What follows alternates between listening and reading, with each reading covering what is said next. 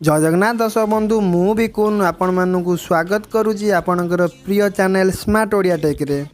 दर्शक बंधु जदि एपर्यंत आम चैनल को सब्सक्राइब करना तेबे आम चैनल को सब्सक्राइब करनियंतु कहीं आम प्रतिदिन आपण मानक नुआ नुआ वीडियो नहीं कि आसुचु एवं साइट दिबा घंटी को दबाई दिंतु आमर नुआ वीडियो को प्रथम देखिए।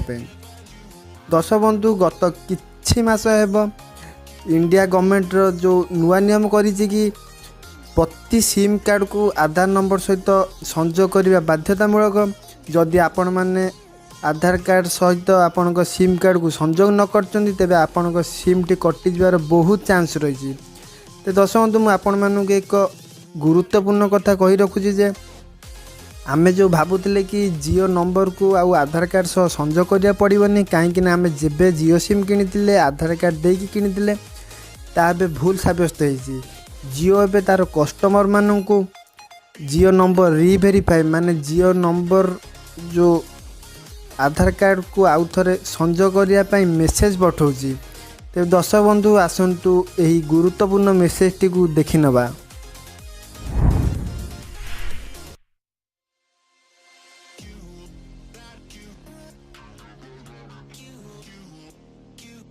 प्रथम मेसेज ओपन करने एवं मेसेज ओपन कर सारा पर आपन ये देखिपे कि जे के जियो INF द्वारा मेसेज मो पाख आसी। जियो INF हूँ जियोर कस्टमर केयर।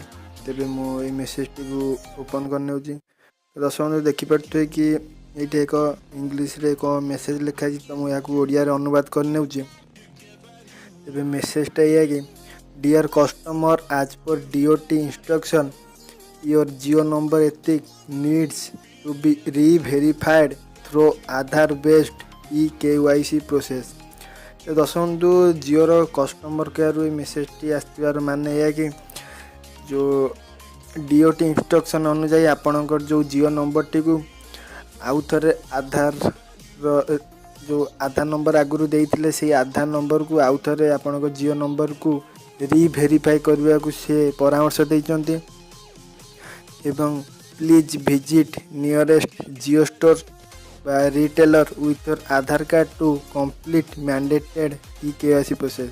एवं आपन यदि चाहूँगी आपण जियो नंबर को आउ थे जो पूर्व जो आधार नंबर देइथिले से आधार नंबर को आउ थे री-भेरीफाई करने तेबे निकटस्थ जियो स्टोर बा जियोर रिटेलर पाखु जातु एवं आपण आधार नंबर दिंतु तेबे आपणकर जियो नंबर टी पुनश्च एक्टिवेट हो।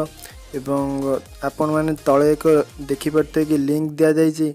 जदि आप चाहते कि आपण आखपाखे कौटी जियो स्टोर अच्छी आपड़ जानापी तेरे लिंक उपर ओके करी आपण जापर जे आपण निकटस्थ कौटी आपणकर जो जियो स्टोर अच्छी। तो दर्शक बंधु मुझे आशा कर भिडियोटी आपण मानक बहुत भल लगी तेबे ये भिडियोटी को बहुत मात्रा शेयर करंतु एवं समस्त पाखक ये मेसेज टी को पठातु कि समस्ते जेपरी भाव जानीपर कि जो जियो री-भेरीफाई परामर्श देउची नचेत सिम टी कटि जबार बहुत संभावना रही।